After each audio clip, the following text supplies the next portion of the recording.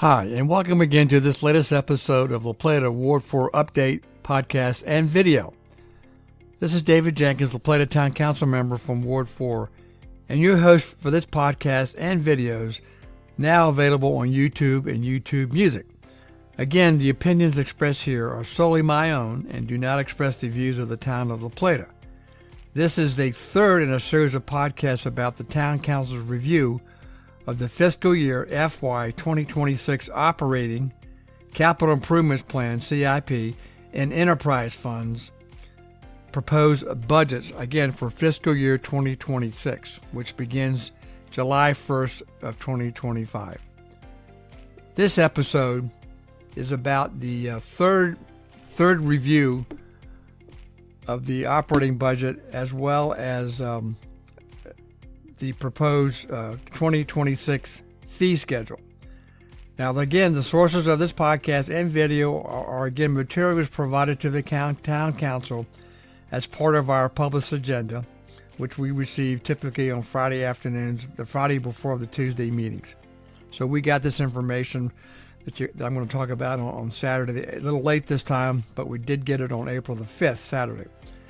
So I want to quickly review the remaining calendar of events for the preparation and adoption of the La Plata, they call it financial plan budget for 2026.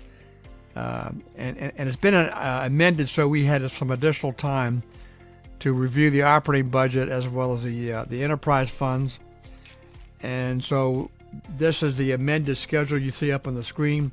So I'm going to talk a little bit about April 8th, our last meeting, where we did talk about the fee schedule and some other items. The next meeting and my last meeting as a town council member, as well as the last meeting for this current mayor and town council, which is April 22nd. So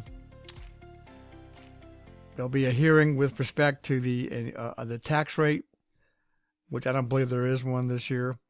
The introduction of the ordinance for any tax rate changes, and we'll continue discussion of the FY 2026 capital budget and capital improvements plan for the general and enterprise funds.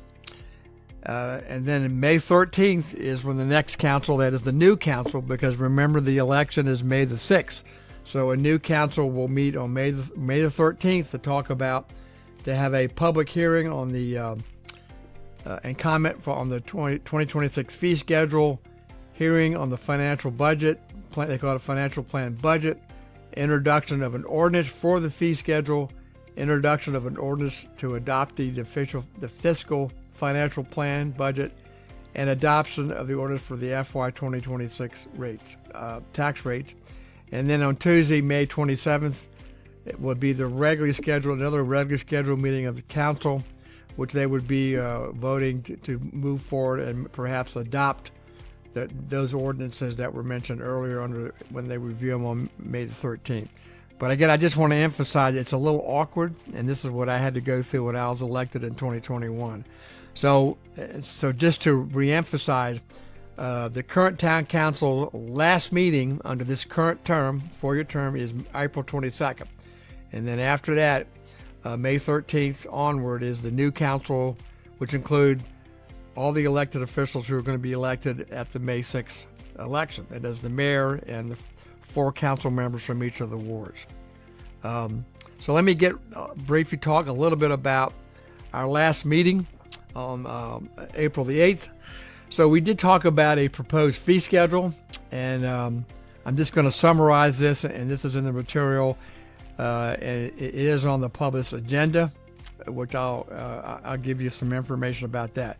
So most of the administrative, planning, and permit fees, any increase is limited by about 3%. Inspection fees will remain unchanged as they are set by the contractors and charged to residents at that cost. Any infraction fees remain unchanged. Fees for public utility services, which are the enterprise fund, which is sanitation, which is trash and recycling, water, sewer, stormwater management, have only increased by 3%.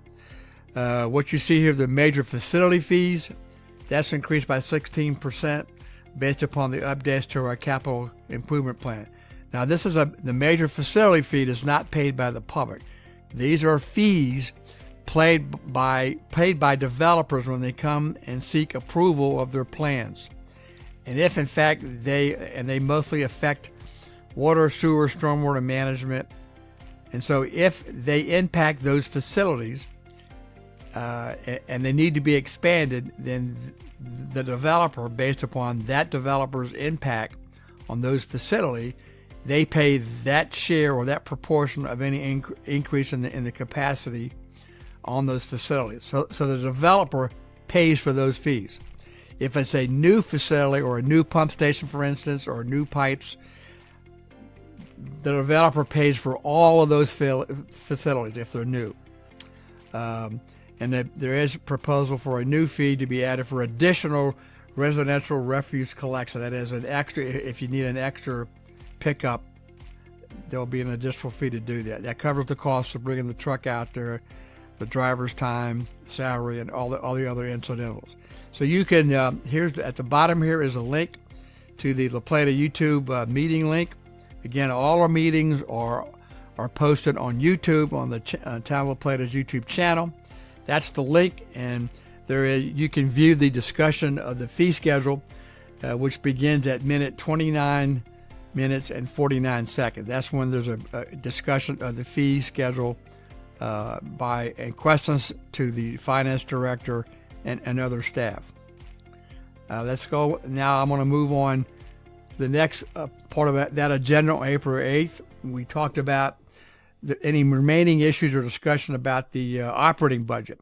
So we did, and again, here's the link to the meeting, the video meeting on YouTube.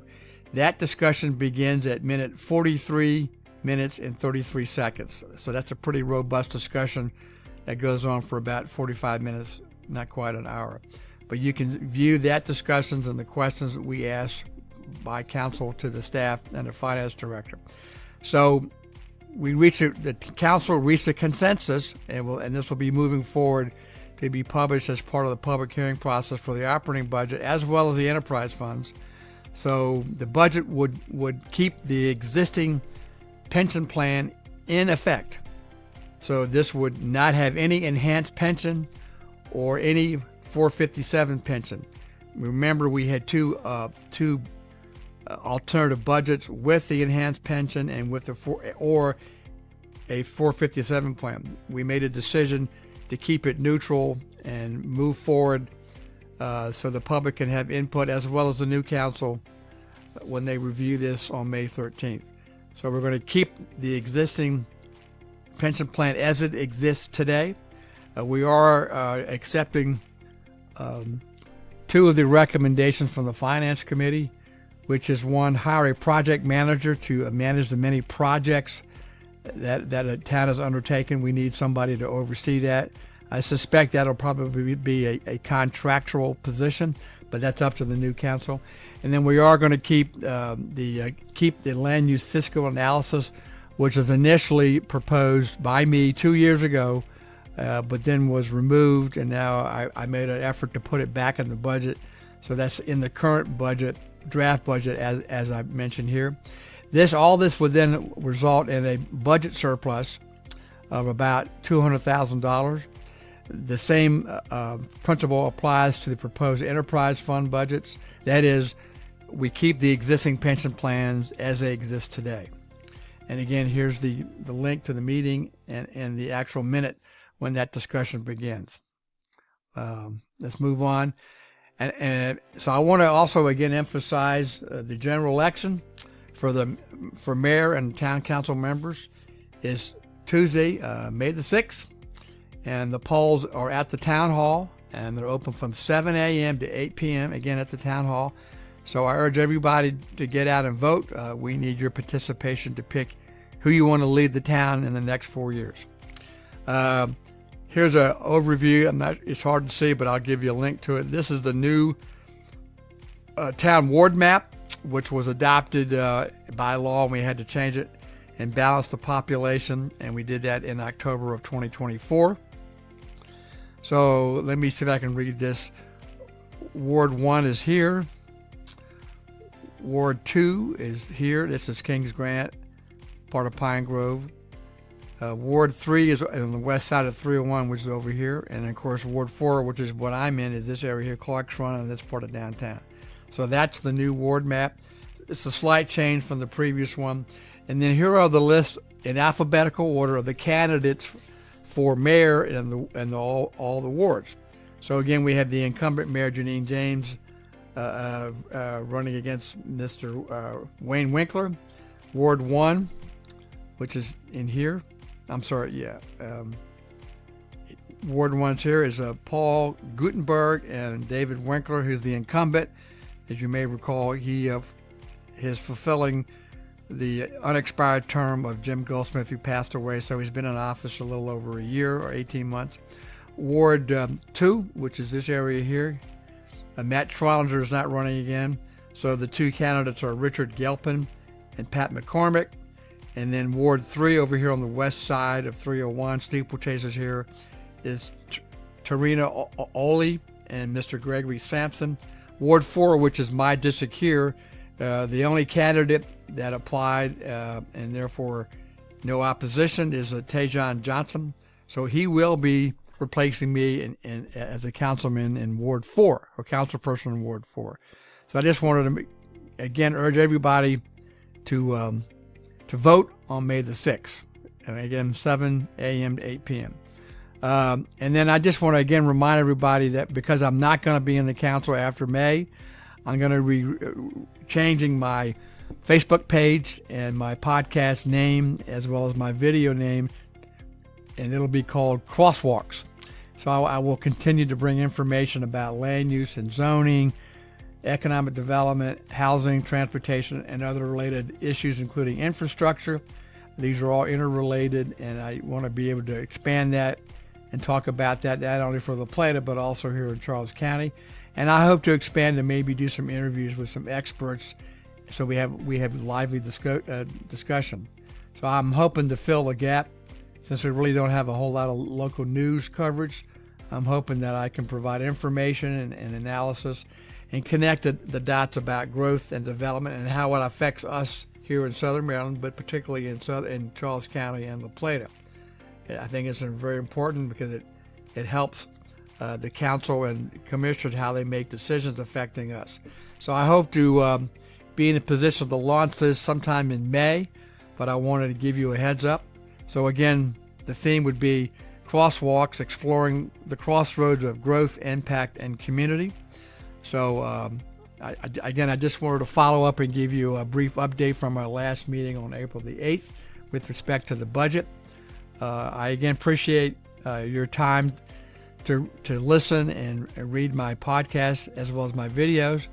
I have enjoyed doing these, and hopefully I've provided some information that helps you to be better informed about issues affecting where you live here in La Plata or even in the county. So again, I only got one meeting left. It's less than a week away. Today is less than a week. Today is April the 16th when I'm publishing this, so I got one meeting left.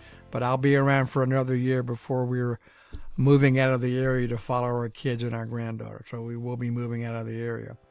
But I'll still be around to provide this information for the next couple of years. So again, thanks for listening. If you have any questions or comments, again, feel free to email me at my current town email address at djenkins@townoflaplata.org. I will provide other information about how to reach me with your questions and comments once I switch over to my new title and content called Crosswalks. Thanks again. Stay well and safe and enjoy the spring weather. Thank you.